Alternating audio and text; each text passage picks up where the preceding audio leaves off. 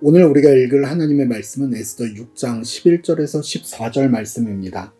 자기가 당한 모든 일을 그의 아내 세레스와 모든 친구에게 말하매 그 중에 지혜로운 자와 그의 아내 세레스가 이르되 모르드게가 과연 유다 사람의 후손이면 당신이 그 앞에서 굴욕당하기를 시작하였으니 능히 그를 이기지 못하고 분명히 그 앞에 엎드려지리이다. 아멘.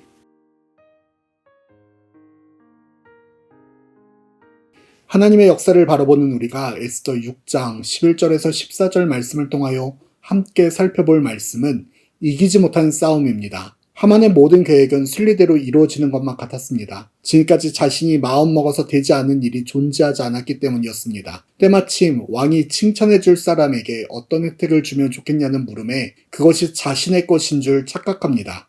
그리하여 하만은 자신이 얻고 싶은, 자신이 받고 싶은 말을 왕에게 이야기합니다. 하만은 이미 자신의 뜻대로 왕이 가장 의지하고 인정하는 신하가 되었고 페르시아에서 자기보다 높은 신분은 왕밖에 없음에 교만했습니다. 모르드게를 죽이는 것에서 끝나지 않고 모르드게가 속한 민족까지도 다 멸절할 수 있는 권력을 가지고 있음에 자신이 모든 것을 다 이루었다고 생각했을 것입니다. 하지만 왕의 질문은 하만을 위한 것이 아니었습니다. 왕을 암살 계획에서 살려낸 모르드게를 위한 물음이었습니다. 이는 지금까지 하만이 보여왔던 살아왔던 인생에서 처음으로 의도한 바와 같이 이루어지지 않는 순간이었습니다. 당연히 자신이라고 생각하고 당연히 자신이 누릴 수 있다고 여겨졌던 일이 모르드게에게 넘어간 상황이었습니다. 문제는 하만이 모르드게를 죽일 계획을 세웠지만 그가 속한 유다 민족을 멸절할 계획을 세우고 허락받았지만 왕에게 구체적인 보고가 올라가진 않았다라는 점입니다. 왕은 모르드게가 장대에 매달려 죽임을 당하게 될 사실도 모르드게가 속한 유다 민족이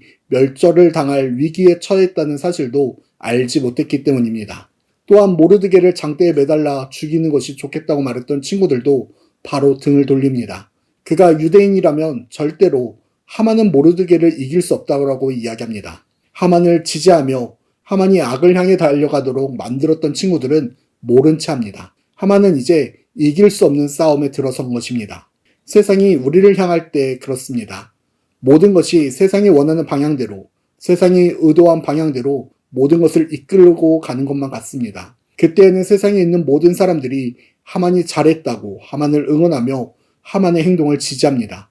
그렇게 세상의 모든 것을 차지한 것만 같이 우리도 하나님의 길이 아니라 십자가의 길이 아니라 넓은 길로 좋은 길로 가야만 할 것 같은 때가 있습니다. 하지만 하나님의 때가 되면 하나님의 시간이 되면 하만이 쌓아올렸던 그 모든 것이 모래성같이 무너지듯이 세상이 자랑했던 그 모든 것은 아무것도 아닌 것이 됩니다. 나를 죽일 것만 같았던 권력도 나를 짓눌렀던 물질도 나를 억압했던 그 모든 것도 한순간에 아무것도 아닌 것이 되어버립니다. 세상은 하나님의 상대가 되지 않기 때문입니다.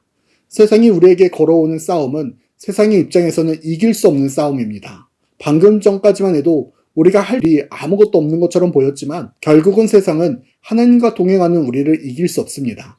우리는 하나님의 자녀이기 때문입니다. 사랑하는 불꽃교회 성도 여러분, 세상이 오늘도 우리를 위협할 수 있습니다. 물질로, 소유로, 학력으로, 직업으로, 삶에 찾아오는 어려움과 문제로 하나님을 벗어나 세상 편에 서게 하고 하나님을 떠나 세상으로 향하게 만들기도 합니다. 하지만 결국 그 모든 싸움의 승리자는 하나님과 함께하는 사람임을 기억하길 소망합니다.